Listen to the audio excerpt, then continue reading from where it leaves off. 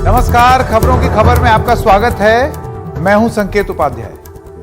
जो सबसे बड़ा सवाल है जो उस दिन से पूछा जा रहा है जिस दिन से सिंक लिए इलॉन मस्क जो ट्विटर के नए मालिक हैं वो पहुंचे, और उसके बाद से जो वो किए चले जा रहे हैं, दरअसल वो तो उससे पहले से ही कर रहे थे, लेकिन सिंक लेके जो उन्होंने ट्विटर के दफ्तर में ऑफिस प्रवेश किया, लोग गृह प्रवेश करते हैं, उन्होंने ऑफिस प्रवेश किया, उसके बाद से जो कुछ हो रहा है, पहले की कहानी छोड़ दीजिए, उसके बाद से जो कुछ हो रहा है उसको आप किस तरीके से देखते हैं?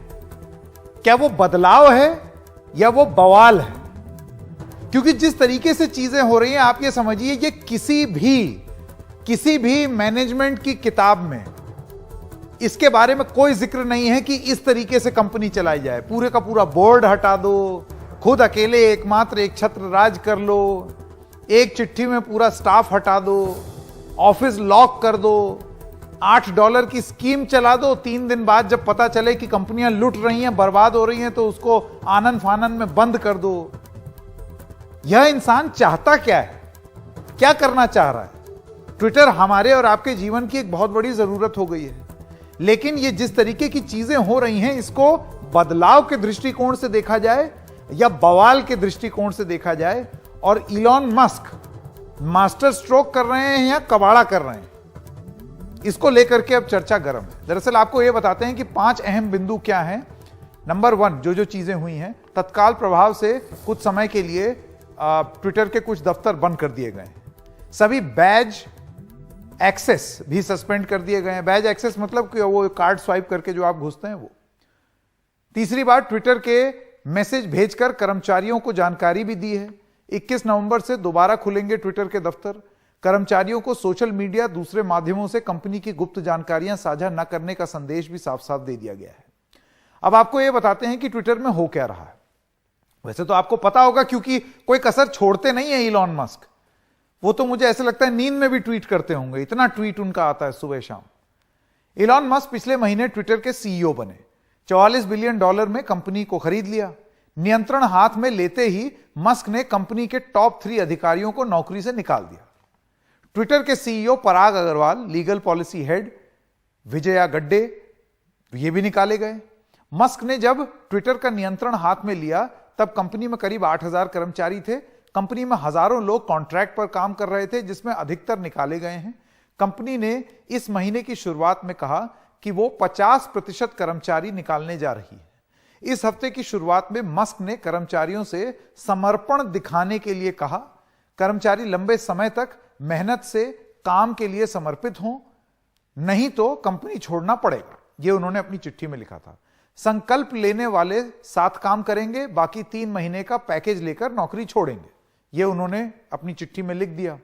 ट्विटर ने कुछ देश में ब्लू टिक वेरिफिकेशन सर्विस के लिए $8 का रेट तय किया था। पेड ब्लू टिक सर्विस शुरू हुई और उसके तुरंत बाद अस्थायी तौर पर बंद इसलिए कर दी गई क्योंकि लोग फर्जी अकाउंट, आप सोचिए, जॉर्ज वॉशिंगटन, उनका एक अकाउंट खुल गया, जीसस का एक अकाउंट खुल गया, फर्जी के कंपनी, एक बड़ी कंपनी का एक फर्जी अकाउंट खोल करके ये बोला कि डायबिटीज का इंसुलिन इंजेक्शन फ्री, कंपनी के शेयर गिर गए, सब बवाल होने लगा। तो इस वजह से एक सवाल जो हम फिर से पूछना चाहते हैं वो यही है कि ट्विटर में जो हो रहा है उसको आप किस तरीके से देखते हैं? ये बदलाव है या ये बवाल है? यह इंसान चाहता क्या है? राहिल खुर्शीद को फाउंडर हैं लेमिनार ग्लोबल के। राहिल खुर्शीद ट्विटर में काम भी कर चुके हैं इतिहास में। हम आपको यह भी बताते चले। जितिन जैन साइबर सुरक्षा एक्सपर्ट हैं और मिशी चौधरी, आप एक वकील हैं। आप तीनों का बहुत बहुत स्वागत। मैं सबसे पहले राहिल साहब आपसे शुरू करना चाहता हूं और ये जानना चाहता हूं कि आप जिस ट्विटर में काम करते थे और अब जिस तरीके के ट्विटर के बारे में आप ट्विटर से ही जानकारी प्राप्त करते हैं, ये 2 कितने अलग अलग ट्विटर हैं? काफी अलग अलग ट्विटर हैं संकेत। कल्चर चेंज हो गया है कंपनी का। जो ट्विटर जिसमें आप you could perform at the level that you wanted to perform at, in whatever way you wanted to perform at. It was an incredibly open culture, काफी accommodating company थी. But the benefits were really, really good.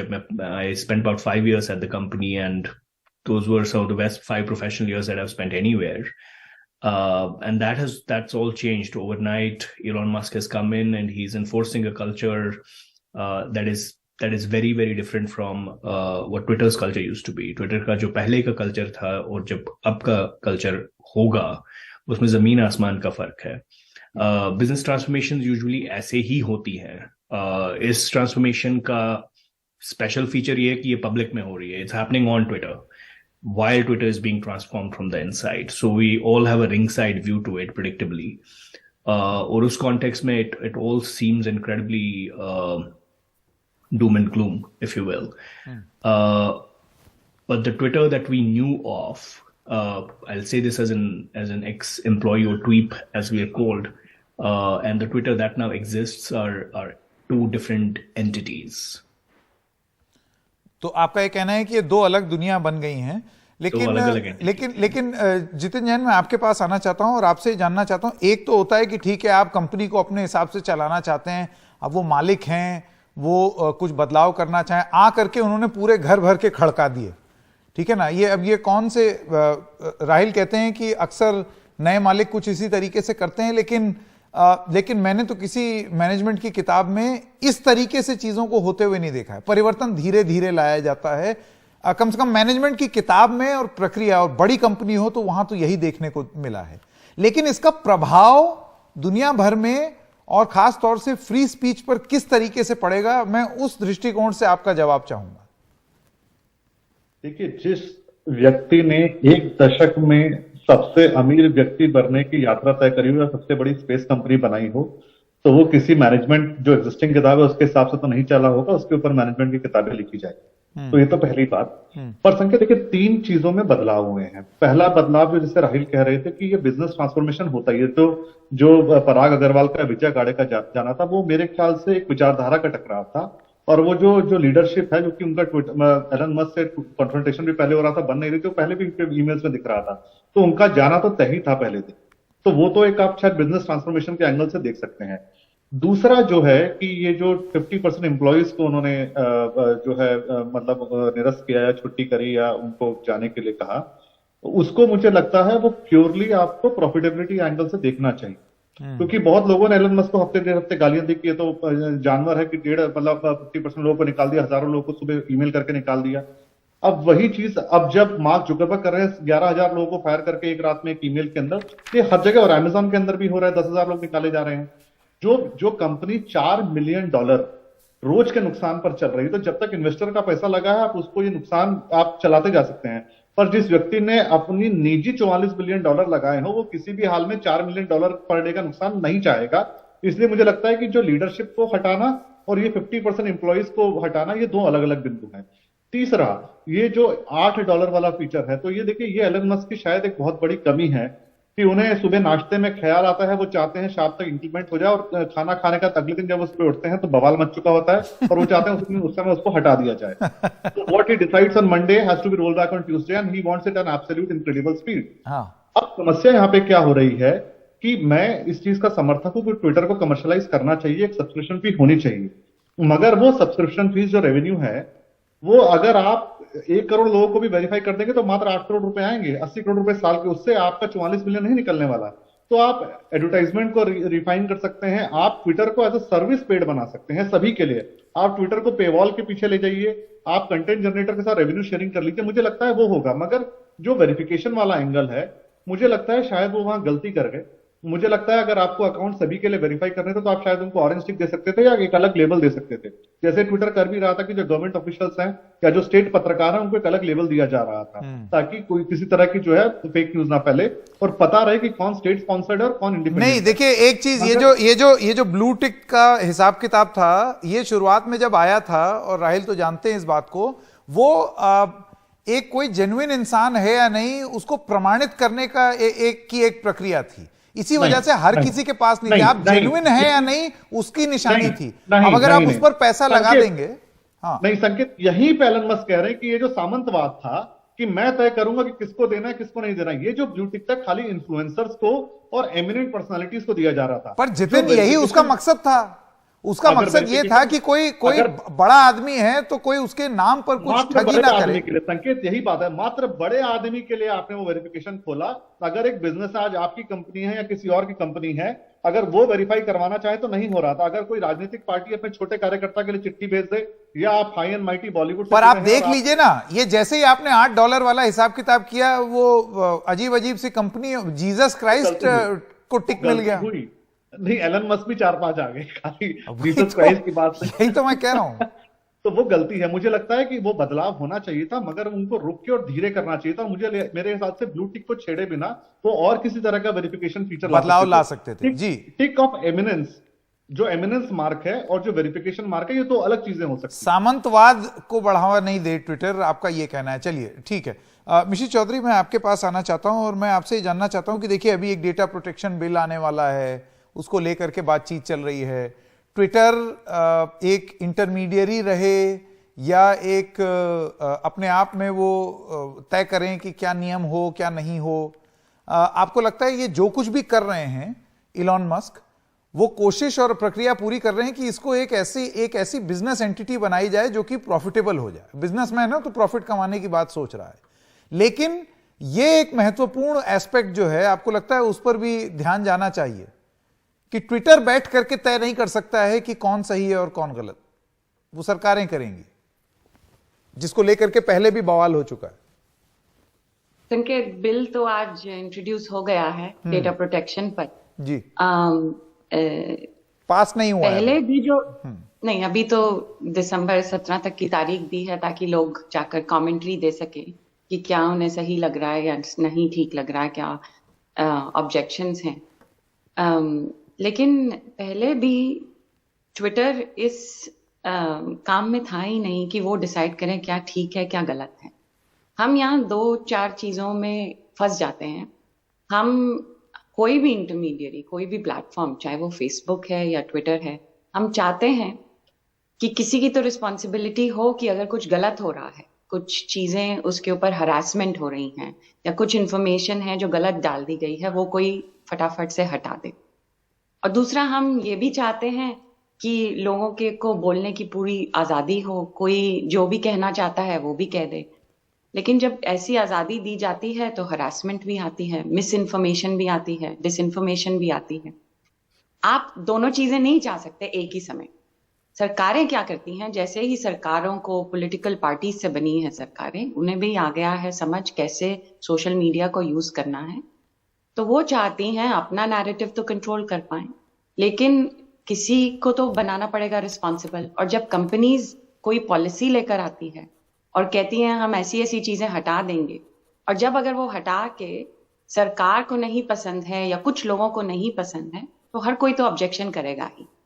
तो जितना data upload होता है, जितनी tweets दी जाती हैं पूरे 1 घंटे में, पूरे दिन में, पूरे महीने में, ये पॉसिबल नहीं है हर किसी के लिए कि हमेशा वो वैसा होगा ट्वीट जो कभी किसी की विचारधारा के अगेंस्ट नहीं जाएगा, जो किसी को तंग नहीं करेगा। तो हम दोनों तरफ की गेम खेलना चाहते हैं। हम चाहते हैं कि कंपनी कुछ करे, जब कंपनी कुछ करती है तो हम उसको भी क्रिटिसाइज करना चाहते हैं। जब डोनाल्ड ट्रंप बोल रहे थे और वायलेंस भी हो रहा था, जनवरी 6 भी हुआ था, तब हम लोगों को लग रहा था क्यों ये सोशल मीडिया कंपनीज कुछ करती नहीं है। जब उन्होंने किया तो कह दिया ऐसे कैसे कर सकते हैं आप, किसी का बोलने का प्लेटफॉर्म कैसे ले सकते हैं। तो ये तो एक चीज है जो हम सरकारें भी इस समय लॉ के थ्रू करना चाहती हैं, और हम लोगों भी सिर्फ जब कोई ऐसा बवाल मचता है तो एक तरफ से कह देते हैं।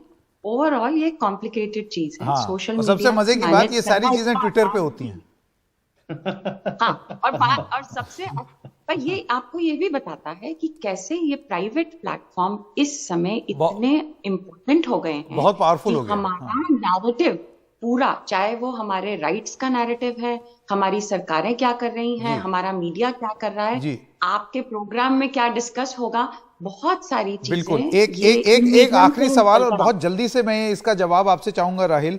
देखिए, आपने बोला कि एक बड़ा अच्छा सा माहौल था, तो एक हंसता खेलता परिवार सा माहौल, और उसके बाद इलॉन मस्क का आ जाना और ऐसी पॉलिसी बनाना जो कि कंपनी हित में हो, कंपनी प्रॉफिट में चली जाए।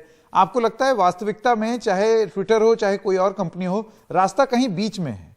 मतलब ऐसी भी पॉलिसी नहीं हो जानी चाहिए कि उसमें कंपनी के ही बिकने के हालात हो जाएं। देखिए इतना अच्छा माहौल हो जाए कि कंपनी ना चल पाए। हाँ बिल्कुल। देखिए how this will play out we don't know yet. Usually जब 50% की आप फायरिंग करते हैं उसके 25% का जो आपका एडिशनल स्टाफ है that leaves because the firing creates conditions of uncertainty, so you fundamentally left with 25%, और उस 25% को भी आप you send them really weird emails, matrix style email, red pill blue pill आप ले लें, तो जो ओवरऑल कंडीशंस है और आप क्रिएट कर रहे हैं कंपनी में जिसको आप प्रॉफिटेबल बनाना चाहते हैं, ऐसा लग रहा है मुझे कि जो अभी तक के मिसस्टेप्स हैं उनको इलॉन मस्क को करेक्ट करना पड़ेगा। If he wants to run this profitably, if he wants for Twitter to be the global town square in whatever limited way that it is the global town square, all disclaimers intact, he will have to unroll a bunch of his stuff. Just verifications ka he's already paused it, right? Because he saw that, as I said, Twitter verification has never been perfect, but to just completely open it up for $8 और purchasing power parity के हिसाब से कहाँ क्या different country में उसका क्या price रहता, it defeats the very purpose of why someone was verified on Twitter. Twitter का जो कोर पर्पज है, ट्विटर की जो कोर यूजर बेस है, that user base is why people go to the platform to listen to first hand information from authentic sources। आप authenticity जो है, पर देखिए इसी चीज को उन्होंने चैलेंज भी किया है। उन्होंने ये बोला है कि ये कौन तय करता है कि कौन ऑथेंटिक है और कौन नहीं है। तो ये बहुत ही पेचीदा सवाल है जिसके जवाब वो खुद भी शायद ढूंढने को तैयार हैं। ऐसा वो बोलते हैं कि उनको सब मालूम है, लेकिन अगर मालूम होता तो $8 वाली स्कीम वापस नहीं लेते। वो ट्विटर पे ढूंढ रहे हैं। तो अब आगे चल के, आप तीनों का बहुत बहुत धन्यवाद। आगे चल के बदलाव होते रहेंगे या बवाल मचता रहेगा, और ट्विटर जैसे कि हम जानते हैं वैसा बचेगा भी या कुछ और ही हो जाएगा। बहुत बहुत धन्यवाद हमारे साथ जुड़ने के लिए। वक्त है एक छोटे से ब्रेक का।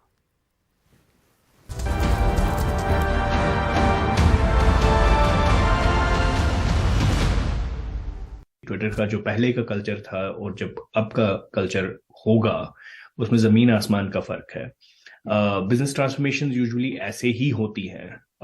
इस ट्रांसफॉर्मेशन का स्पेशल फीचर ये है कि ये पब्लिक में हो रही है। It's happening on Twitter while Twitter is being transformed from the inside, so we all have a ringside view to it predictably, और उस context में it all seems incredibly doom and gloom, if you will.